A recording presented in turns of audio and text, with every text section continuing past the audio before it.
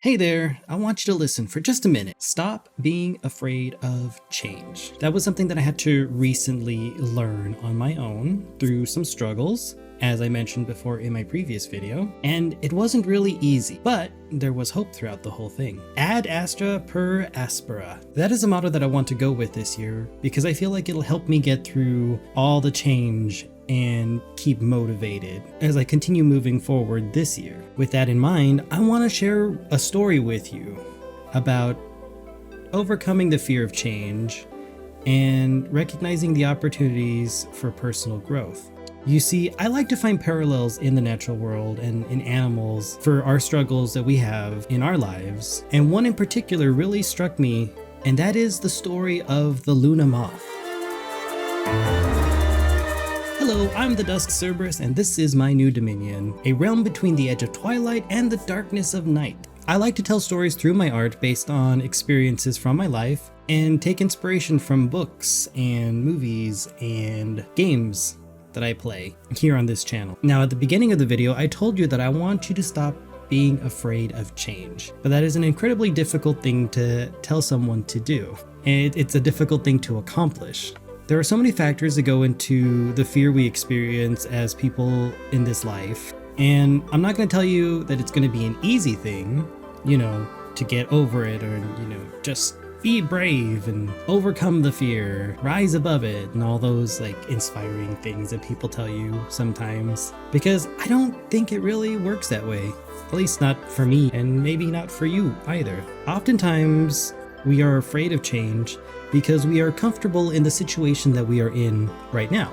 There's too much risk or uncertainty and anxiety about the future, and it kind of blocks our path on what we should do next. I mean, why would you want to leave your comfort zone anyway? Well, I want to say that it's because it's good for you, and change comes for us all, whether we want it to or not. I think that we need to chase our dreams because there is value in trying and failing too, because the important thing is that we grow from these experiences. I know things can be uncertain and scary because of that, but sometimes we don't need to look very far for the answers that we seek. For me, I had an experience while walking through the woods late at night. I mentioned before that I love animals and nature, and I often look into the natural world and its wonders for a little bit of guidance or an example. See, I was once following this little tiny path on my way back to a campsite. While I was walking in the dark, something startled me. A little flash of movement caught my eye, just a little bit ahead of me in the path. All I had was a little bit of moonlight to kind of see where I was going. So for something to enter my vision, it was enough reason to pause and kind of investigate and see what it was. I wasn't sure, but it looked like little wings fluttering in the wind. Up ahead there was a large tree, and on it was this beautiful little creature, a Luna moth, which had graced me with its presence. It was really dazzling for a moth, because you've seen moths before.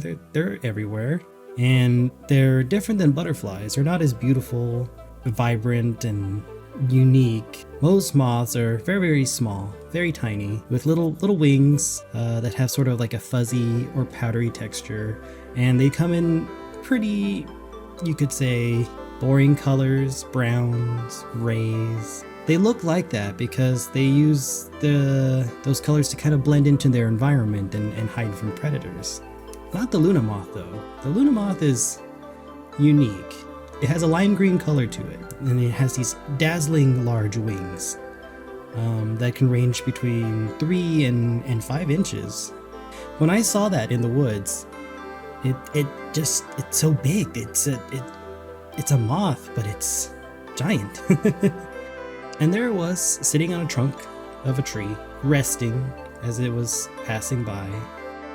It was just such a quiet, little, beautiful moment that really stuck in my mind. Luna moths have these large wings, and they're moth-shaped, but they have these long tails at the end that kind of twist, which I read helps them avoid predators, which one of them being a bat. Bats like to eat Luna moths, and by them rotating these little tails, they confuse the bat's echolocation. I don't know how it works, but it's very interesting, and it makes for these beautiful little, they almost look like shooting stars. especially at night. They've got that shape, like comets. I stared at the moth in wonder, and it finally decided to just fly away, flutter off somewhere. But I never forgot it. And later I decided to go home and, when I was able, look up everything about Luna moths, because it was so interesting. Almost like a little messenger. Animals can be little messengers sometimes, little signs that we can look for and kind of get inspiration from. What I found was that Luna moths can be very symbolic for a lot of people and a lot of cultures, at least here in North America. Luna moths can be found anywhere from Canada all the way down to Florida, Mexico, and Central America even. They seem to thrive more in warm climates, like Florida, for instance. They can represent transformation and rebirth, or starting something new and healing because of their color and the uniqueness of their life and their cycle. For many, they are a sign of hope.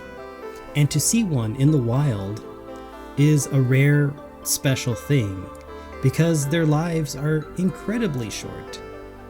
You see, Luna moths are excellent examples of the beauty and preciousness of life. But did you know, once they leave their cocoons and transform from that little green caterpillar into the beautiful moth with the wings, they emerge without a mouth even. They do not eat.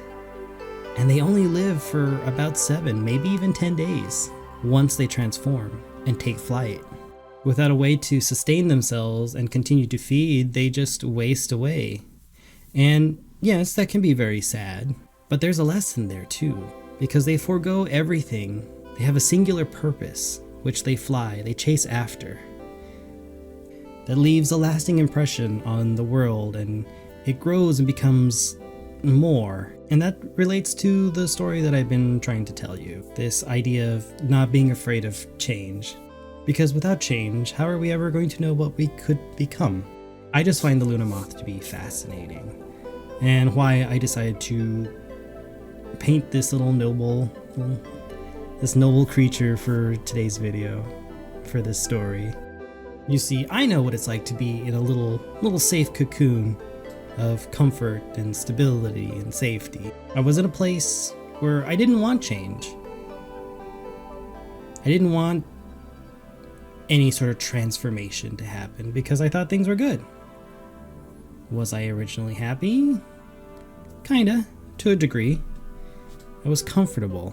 I found that you just have to let the transformation happen and embrace change, like the Luna moth. Just go all in. Because if you do this, overcoming the fear of change, you'll find that you'll grow larger than the fears and anxieties that bound you. I once heard the phrase, fear is real. It's the story that we tell ourselves. That's the work of fiction. Like for me, the story was a list of excuses that convinced me that I was good where I was at, that I didn't need to chase my dreams. Maybe I was even undeserving of them, because I was safe in my comfort zone. I fell into the trap of self-limitation, because there's no real limit to how you can grow in your life. The only limits are the ones that we place on ourselves, that you place on yourself. Yes, it is scary, it is new, it is unfamiliar, whatever it is that you want to do or want to try. Again, for me, I was afraid of quitting because I had a good stable job. Things were okay, I wasn't in a huge amount of debt, and I was in a place where I could be fine. But there was always that little tiny bit that was just like wanting more. That awareness that maybe I had created a safe cocoon, but it was also a prison. So another question I began to ask myself is, how hard could it really be? I found that it was okay to fail because I had these safety nets. I found that it was okay to fail because failure meant learning. Something new, something different. You can always try again. Moving was scary to me, but if I thought about it, how hard could it be? I remember that if all else fails, I could always move back home with family. There was that option. Start again. It wouldn't be hard to go somewhere and then come back if it turned out to be a mistake. Luckily it wasn't. I kept saying, oh, it was scary. Oh, it would be a waste of money and time and effort. But that was just an excuse. I mean, it wasn't really that hard. I was just telling myself it was. Quitting my job, doing something new, being creative. How hard could it be? Or if it doesn't work out, there's always that option. I gained a bunch of skills at my old job. I can easily go back. I left the company on good terms. It's a national company. I can always find a job wherever I go. Once I saw how easy it was to undo what I had done, to go back and try again, that failure wasn't the worst thing, that fear and that I felt started to become very small. From a loud roaring scream to just a whisper, something more manageable. And with fear diminishing into nothing almost, that made room for other emotions and feelings like confidence and certainty. And all the while, I still think back to that Luna moth that I saw in the woods, sitting on that tree. It was very sure, it was very confident in what it was doing. I was lucky to have glimpsed it for just a short time during its few days of life and beauty in its adult form. Now, there were times where I worried if I was doing the right thing or not, if I was on the right path on my journey. And what I had learned was that as long as I could find the value and I could grow even through failure, that those paths were the right ones, absolutely the right ones. And I remember all my past experience too. I learned what works and what's right for me through trial and error before. But the important thing is you've got to try. You got to stop being afraid of change and just try. You may fail several times, but you're going to learn something from it. Ad Astra per Aspera. To the stars through hardship. That's my motto for this year. And I want this video to motivate and inspire you to break out of your cocoon and chase those dreams. Like I'm going to this year. Gonna reach for those stars. And be like that Luna moth and just kind of give it my all. Because the big thing is I want to start living. Sure, the Luna moth's ultimate fate is to waste away and for its life to end. But what I always see is that it's living the entire time. It's living its life. And it's in the now. It's in the moment. And that's something that I want to do. I want to continue living.